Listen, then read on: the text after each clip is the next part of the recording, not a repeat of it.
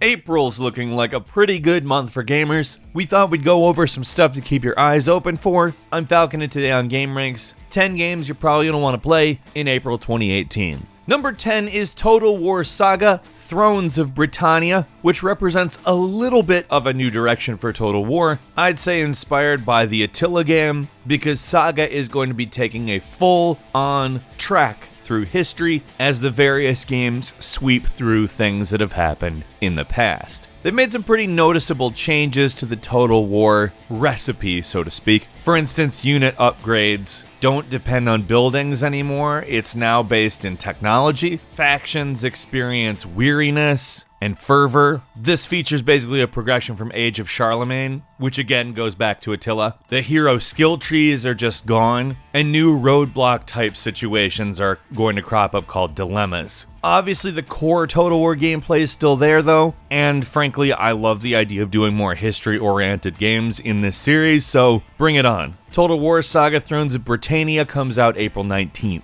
Number 9 is the Swords of Ditto, which is a game that I've been looking forward to for a little while now. It's an action RPG that comes off a lot like a half-minute hero Zelda type, maybe 4-sword style romp, except for it's not 4 swords, it's 2, because it has 2-player co-op. Every time you play the game, it will give you a new version of the world, which, by the way, looks amazing due to an art style that is somewhat reminiscent of Adventure Time, but also different enough that I would call it its own. Now, the co-op is basically why I'm calling it reminiscent to 4 Swords. It really looks like the same kind of appeal to me, and that's sort of why I want to play it. I think between friends and relatives is going to be a really fun game for people, especially those who like Zelda, which is, you know, a lot of people. The Swords of Ditto is coming to PC and PS4 on April 24th. Number 8 is Frostpunk, a survival game / city builder, which is an interesting combination of, I think, a couple of things that will work together pretty well personally.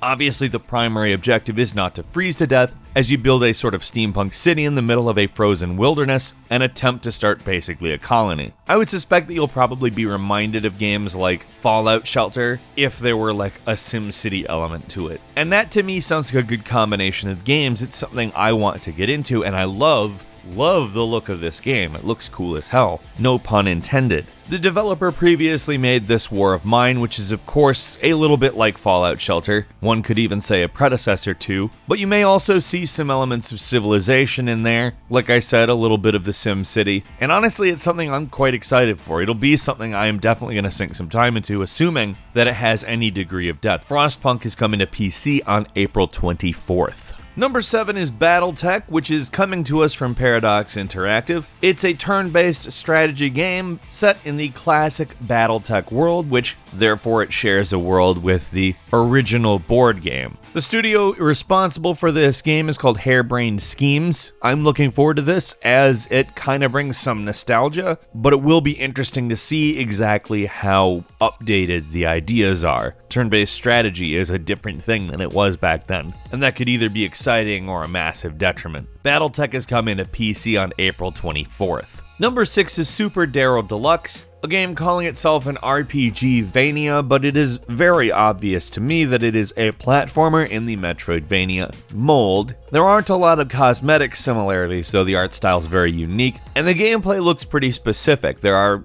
a lot of things that I haven't really seen in a Metroidvania just in the trailer, including some goofier moves and some stuff that makes me think a little bit of Final Fight, but it looks to me like a pretty interesting idea. I'm most interested probably in seeing how the RPG elements play out in it, but the action looks pretty sound from what I've seen. Super Daryl Deluxe is coming to PC, PS4, and Switch on April 10th. Number 5 is Pillars of Eternity 2 Deadfire, the sequel to the Smash classic top-down isometric RPG game, which will continue the story from the first, both including original characters from the first and bringing new companions into the mix. An interesting addition, I think, is a sort of base building component. The base, however, will be mobile in the form of a boat, and you'll even be able to steal ships from enemies. Josh Sawyer, the design director on both games, said that one of the main things they wanted to do was address the amount of filler combat, bringing it down at least a notch, hopefully a little bit more, and are talking about the game being significantly larger than the original game. It's hard for me to imagine this game being bad considering how good the first is.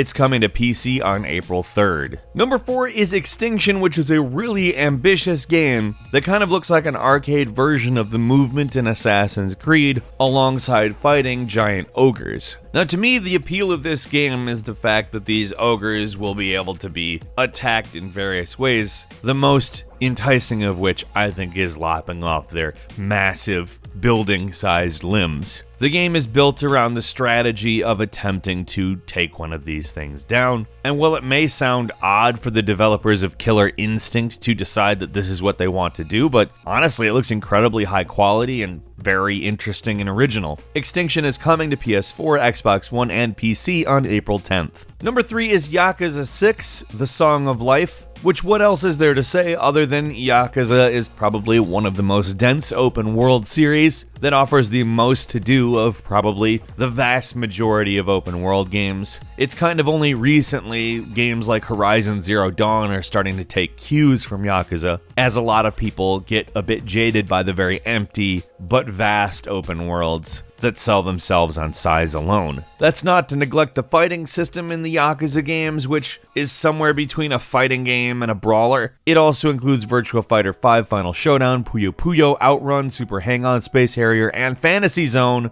Yakuza 6, The Song of Life comes to PS4 on April 17th. Number 2 is the Nintendo Labo, which is not a game specifically, but rather a collection of games as a small cardboard platform that expands what the Switch can do, and in my opinion it's cool as hell. Using the IR blasters in the Switch pads to make various interactive toys, I think is absolutely awesome, but on top of that, it also is kind of an interesting idea depending on how open the platform becomes. I mean, you could end up with some absolutely wild things out of this, and I hope that is the case. Nintendo Labo comes on April 20th to the Switch, of course. And finally, the big one is, of course, God of War. I can think of few games that are as anticipated as this one, and this is going to be a big launch. Considering its console exclusivity, this is probably gonna be quite the phenomenon. God of War hasn't seen a new installment in a very long time, and this brings a lot of interesting ideas to the franchise, such as moving into a new era of mythology, giving Kratos a son, and giving Kratos a beard. Obviously, the beard will not impact the gameplay, but the son will. In my opinion, the God of War games still hold up today, so I'm really excited to see